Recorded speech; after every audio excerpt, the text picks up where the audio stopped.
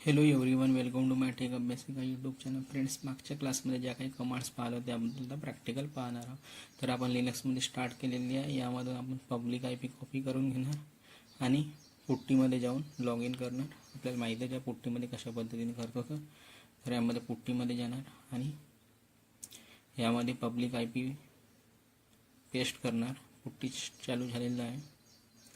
तर यामध्ये public IPला paste करणार. यामध्ये कनेक्शनमध्ये जाणार. यामध्ये SSH ऑथमध्ये जाणार. ऑथमध्ये क्रेडेन्शियलवर क्लिक करणार.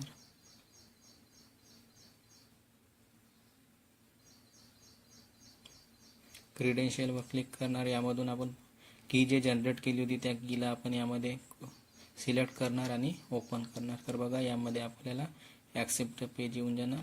तर यामध्ये आपलं लॉग इन झालेलं आहे. आता यामध्ये EC2-user लॉग इन करणार, कारण की लिनक्स मशीन आहे. तर EC2-user बाय डिफॉल्ट घेतो आणि उबंटूची मशीन असेल तर उबंटू लिहितो यामध्ये. ठीक आहे. यामध्ये sudo su करून रूट युजर बनवून जाणार.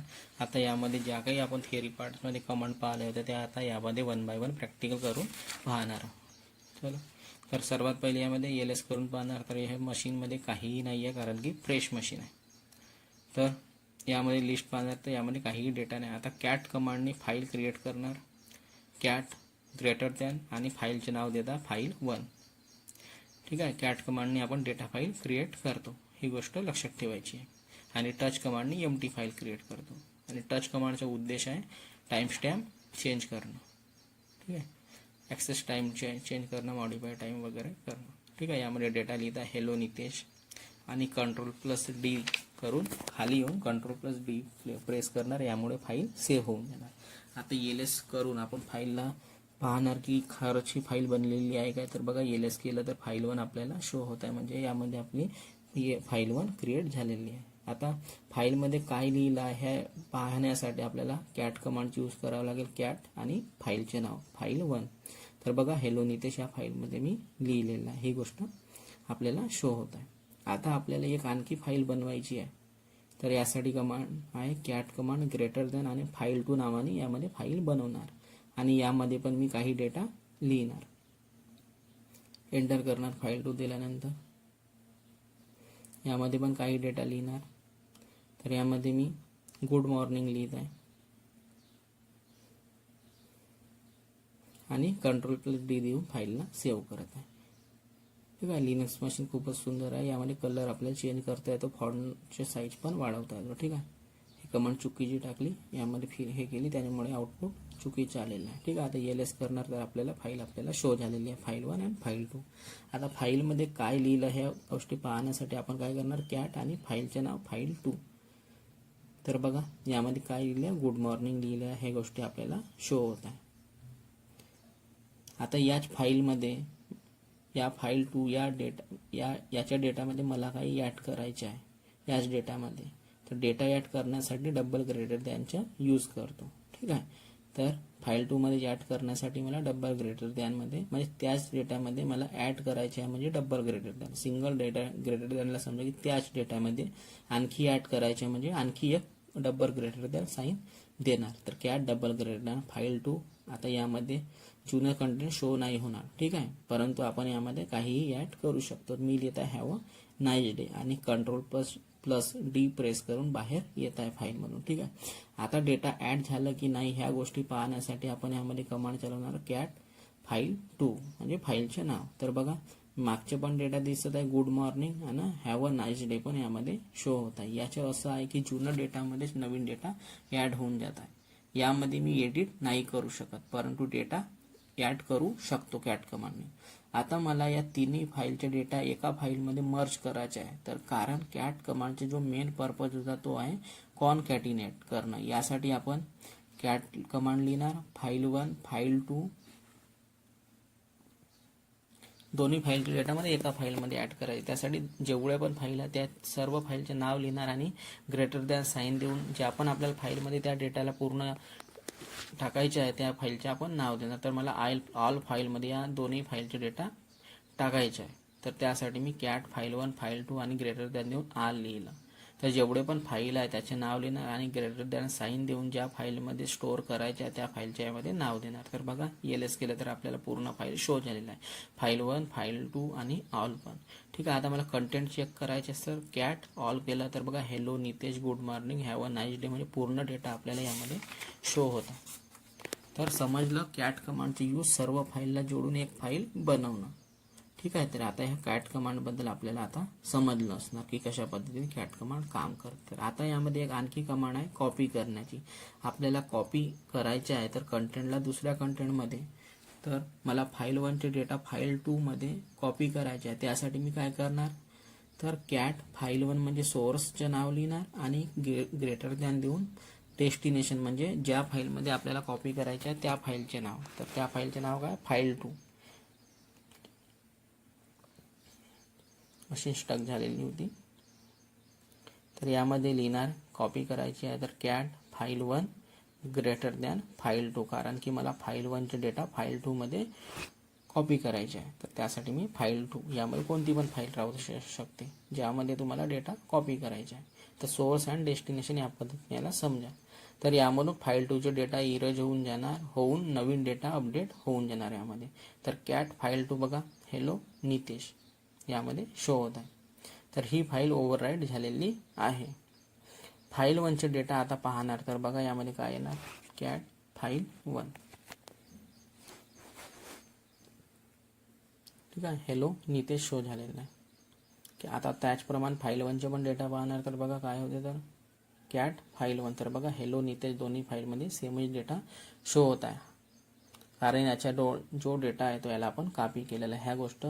ह्या गोष्टी पण आपल्याला माहिती झाल्या की कॅट कमांडने आपण कॉपी पण करू शकतो, म्हणून एक फाईलला आपण दुसऱ्या फाईलमध्ये कॉपी केलेली आहे. आता कॅट कमांडचे उलट टॅग कमांड, या कमांडबद्दल पण मी थिअरी पार्ट्समध्ये सांगितलेले आहे.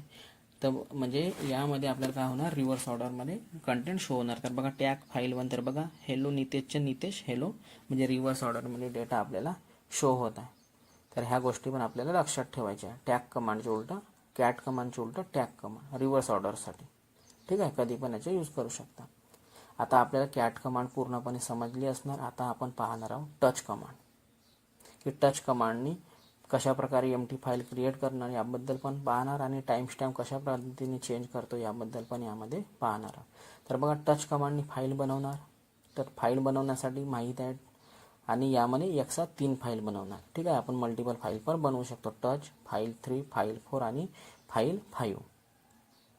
ठीक आहे. आणि यामध्ये एल करणार तर बघा आपलं आतापर्यंत ज्या पण गोष्टी आपण क्रिएट केल्या त्या सर्व फाईल्स यामध्ये शो होत आहे. टच कमांडने आपण एक फाईल पण क्रिएट करू शकतो किंवा लाख फाईल पण क्रिएट करू शकतो एक्सटेन्शन सोबत पण. कॅट फाईल 4 केलं तर बघा यामध्ये खाली आहे, कारण की यामध्ये आपण काहीही लिहिलं नाही, कारण की मी सांगितलं होतं की टच कमांडने आपण एम्प्टी फाईल क्रिएट करतो. फाईलमध्ये काही लिहायचे असेल तर कॅट वी टच या कमांडनी पण आपण यामध्ये लिहू शकतो. परंतु टच कमांडची इम्पॉर्टंट पर्पज आहे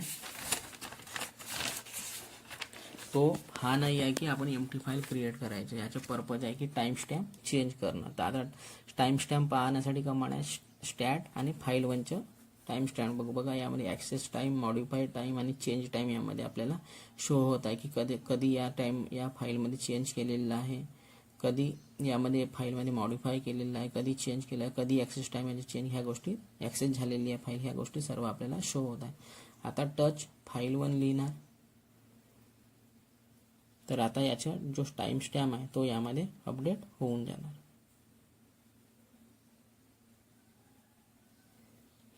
तर बघा स्टॅट फाईल 1 लिहिणार तर याचा टाइम जो आहे तो यामध्ये अपडेट होऊन जाणार. तर बघा यामध्ये टाइम स्टॅम्प अपडेट झालेला आहे.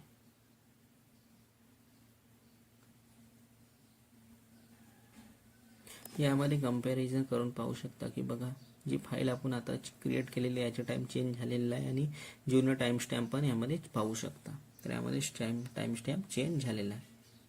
आता मला फक्त एक गोष्ट चेंज करायची आहे, याचे मला फक्त ॲक्सेस टाइम चेंज करायचे आहे. तर त्यासाठी मी काय करणार, टच कमांड लिहिणार.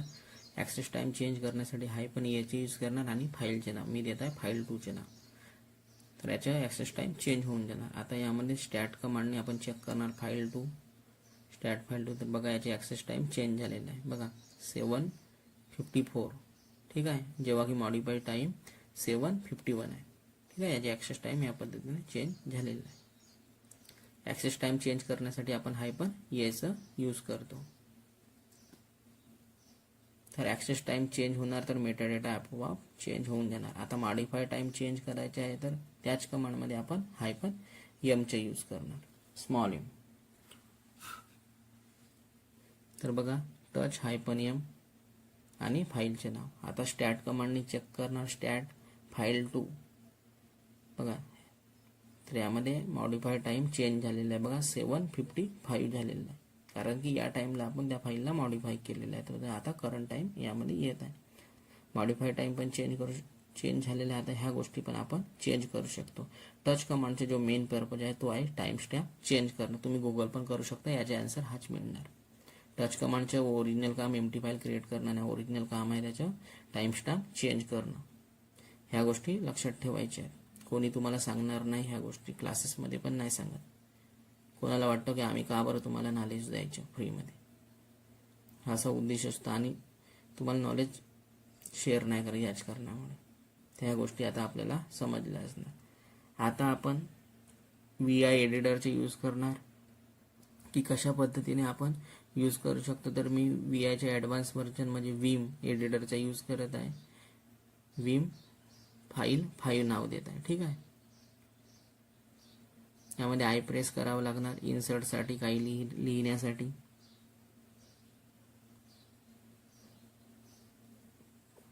तर पहा यामध्ये मी लिहित आहे हॅलो गुड मॉर्निंग.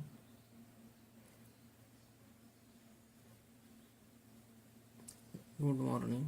आणि आता फाईलला सेव्ह करणार, escape::WQ देऊन फाईलला सेव्ह करून एक्झिट होणार.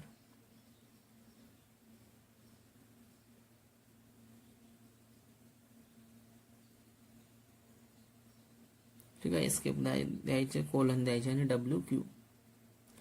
तर आपण फाईलमधून बाहेर येऊन जाणार.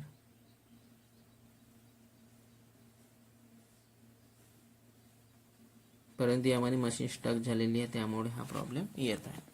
हा पुट्टीमध्ये हाच इश्यू असतो की टाइम थोडंसं जास्त झाला तर ऑटोमॅटिक तो इनॲक्टिवेट होऊन जातो. हा पुट्टीचा डिसॲडव्हान्टेज आहे.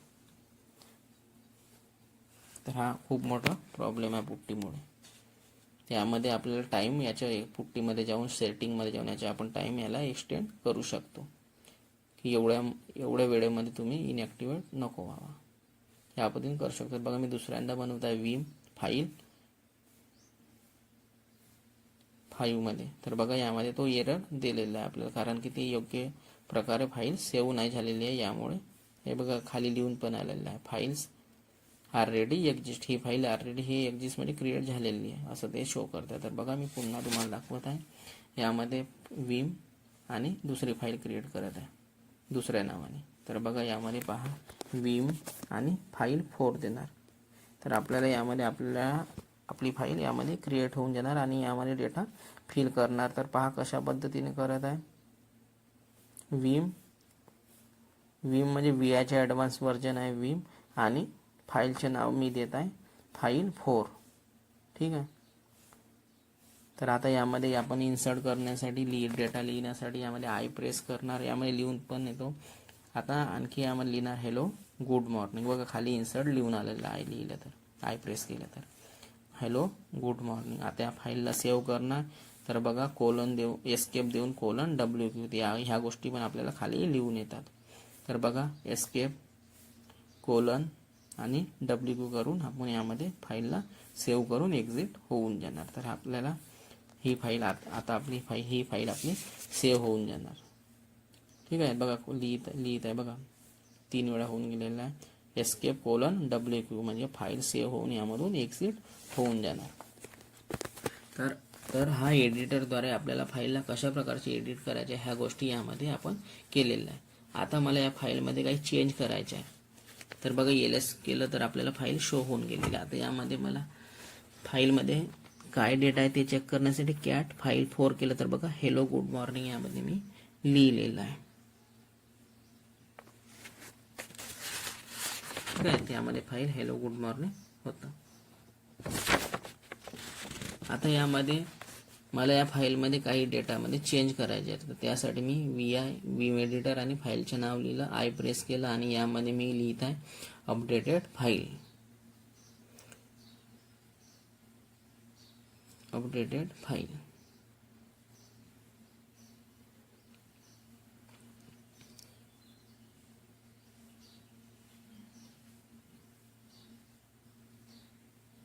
आणि फाईलला सेव्ह करून एक्झिट करणार.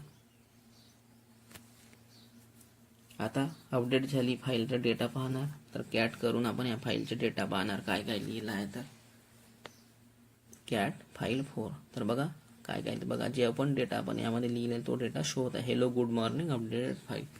तर VI एडिटर यासाठी जास्त यूज होतो. एडिट अपडेट पण यामध्ये आपण करू शकतो. यासाठी आपण VI एडिटरचा सर्वात जास्त यूज होतो कंपनीमध्ये. ठीक आहे. आता यानंतर येतो नॅनो एडिटर. हा जुना एडिटर आहे, पण ह्या गोष्टी पण मी आपल्याला सांगतो. नॅनो आणि फाईलचे नाव लिहिणार, फाईल 6 लिहिणार. तर बघा यामध्ये ऑप्शन येतात खाली की काय काय गोष्टी करायचे, त्यामुळे याला इझी मानलं जाते थोडं, परंतु हा काही व्हर्जनला सपोर्ट नाही करत आणि VI एडिटर सपोर्ट करतो. यामध्ये लिहित आहे आय एम गुड आणि Ctrl+X यामध्ये लिहिलं आहे एक्झिटसाठी, तर Ctrl+X देणार बाहेर येण्यासाठी आणि Shift+Y म्हणजे कॅपिटल Y येस साठी. यामध्ये ह्या गोष्टी लिहिलेल्या आहे. ठीक आहे. परंतु योग्य प्रकारे आपल्याला बटन काय आहेत त्या प्रेस करावे लागतात की. ठीक आहे. तर तेव्हा ही फाईल सेव्ह होऊन जाणार, म्हणून यामध्ये मला वेळ लागत आहे थोडं नॅनो एडिटर, कारण की मी विम एडिटरवर आतापर्यंत काम केलेलं आहे. आणि नॅनो एडिटरमध्ये असं काही खूप मोठं काही असं काही डिफिकल्ट नाही, परंतु यामध्ये थोडंसं की वगैरे योग्य प्रकारे प्रेस करावे लागतात. योग्य नाही केलं तर ह्या आता आपल्याला डबल हा प्रॉब्लेम येतो. जो ओरिजिनल फॅक्ट आहे माझ्यासोबत, मी त्या गोष्टी तुम्हाला शेअर करत आहे. तुम्ही पण यूज करून घ्या. हा प्रॅक्टिकल तर मी तुम्हाला सांगितलेलं आहे की कशा पद्धतीने केलं. ठीक आहे. आता फाईलला आपण सेव्ह करून बाहेर आलेला, यानंतर आपण LS करणार, तर आपली फाईल बनली की नाही यामध्ये आपल्याला शो होऊन जाईल. तर बघा फाईल 6 यामध्ये बनलेली आहे, शो होत आहे. आता यामध्ये फाईलचे डेटा पाहणार काय लिहिलं आहे, तर त्यासाठी कमांड आहे कॅट आणि फाईलचे नाव फाईल 6. आता या फाईलला अपडेट करायचे आहे, तर या फाईलला पुन्हा ओपन करणार. पुन्हा ओपन करण्यासाठी अपडेट करणार किंवा आता नाही करणार. बघा LS-L या कमांडने आपली जेवढी पण फाईल क्रिएट झाली आहे त्याची डिटेल्स पण येणार. बघा अपडेट करायचे तर मी तुम्हाला VI एडिटरमध्ये सांगितलं, पुन्हा त्या फाईलला ओपन करून कंटेंट ॲड करून द्यायचे आहे. ठीक आहे. यामध्ये सेशन एक्सपायर झालेला आहे, इनॲक्टिव्ह झालेला आहे. तर आता एक्सपायर झालं तर इनॲक्टिव्ह झालं तर कशा पद्धतीने त्याला पुन्हा ॲक्टिवेट करायचं. बघा यामध्ये जायचं, डुप्लिकेट सेशनवर क्लिक करायचं आणि यामध्ये पुन्हा लॉग इन करायचे EC2-user आणि sudo su रूट युजर बनण्यासाठी. हे बघा ॲक्सेस झालेला आहे, sudo su करून या पद्धतीने पुन्हा लॉग इन करायचे इनॲक्टिवेट सेशन झालं तर. ठीक आहे. यामध्ये Ctrl-L किंवा क्लिअर कमांडचे पण आपण यूज करू शकतो पूर्ण स्क्रीन क्लिअर करण्यासाठी. ठीक आहे. LN पण याचप्रमाणे आपल्याला डेटा शो होणार. LS-A यामध्ये पण सर्व फाईल शो होऊन जाणार. हिडन फाईल पण शो होणार. हिडन फाईल डॉटने आपल्याला शो होतात. हिस्ट्री कमांडने आपण पूर्ण आतापर्यंत काय काय कमांड रन केलेल्या आहेत त्या कमांड आपल्याला हिस्ट्री कमांडमध्ये शो होऊन जाणार. आता आपण याला सेशनला क्लोज करणार, त्यासाठी रेड याच्यामध्ये क्रॉसमध्ये सिम्बॉलवर क्लिक करणार आणि ओकेवर क्लिक करणार आणि या मशीनला स्टॉप करणार. स्टॉप करण्यासाठी इन्स्टंटवर जाणार आणि स्टॉप इन्स्टन्सवर क्लिक करणार आणि स्टॉपवर क्लिक करणार. तर आपला जो इन्स्टन्स आहे तो स्टॉप होऊन जाणार, ज्यामुळे आपलं बिल येणार नाही जास्त प्रमाणात. रनिंग ठेवलं तर बिल येणार, कारण की स्टोरेजचे पैसे घेतो यूट्यूब AWS. ठीक आहे. तर कशा पद्धतीने बघा यामध्ये मशीन आता स्टॉप होत आहे. तर बघा स्टॉपिंग शो झालेला आहे. रिफ्रेश करणार आणखी मशीनला, तर पहा यामध्ये आपल्याला ह्या गोष्टी शो होऊन येणार. बघा स्टॉप लिहून येणार, स्टॉप असं लिहून येणार, म्हणजे आपली योग्य रीतीने मशीन स्टॉप झालेली आहे. प्रॅक्टिकल केल्यानंतर मशीनला स्टॉप करणं आवश्यक आहे, नाहीतर आपलं बिल एक्स्ट्रा येणार, जास्त येणार. रिफ्रेश करणार तर बघा मशीन यामध्ये स्टॉप झालेली आहे, स्टॉप लिहून आलेलं आहे. तर कसं वाटलं प्रॅक्टिकल तर नक्की सांगा. या व्हिडिओमध्ये एवढंच. Bye bye friends.